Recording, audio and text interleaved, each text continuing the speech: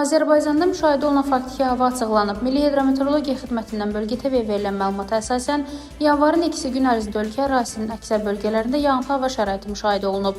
Yanvarın 3-ü gecə və səhəri isə hava əsasən yağmursuz keçib. Qarın hündürlüyü Şahbuzda 48, Qaxda 36, Lerikdə 30, Qusarda 29, Qrızda 27, Xınalıqda 25, Yardımlı, Gədəbəydə 18, Şahdağda 17, Xaltanda 11, Şəkidə 10, Xızıda 9, İsmayıllıda 8, Qobustan Sədərəkdə 6, Qəbələdə 5, Quba Ordubadda 4, Şərurda 2, Ağsu, Zaqatala, Naxçıvanda 1 sm-dir. Şahbuz, Zulfa, Daşkəsən, Göygöl, Gəncə, Naftalan, Şəmkir, Balakən, Qax, Şamaxı, Qırız, Tərtər, Göyçay, Lerikdə duman müşahidə olunub. Dumanda görünüş 200 metrədək məhdudlaşıb. Havanın minimal temperaturu Bakıda və Abşeron yarımadasında 0 dərəcə, Aran rayonlarında 3 dərəcəyədək şaxta, Naxçıvan Muxtar Respublikasında 12 dərəcəyədək, dağlıq rayonlarda 14 dərəcəyədək, yüksək dağlıq rayonlarda isə 20 dərəcəyədək şaxta qeydə alınıb.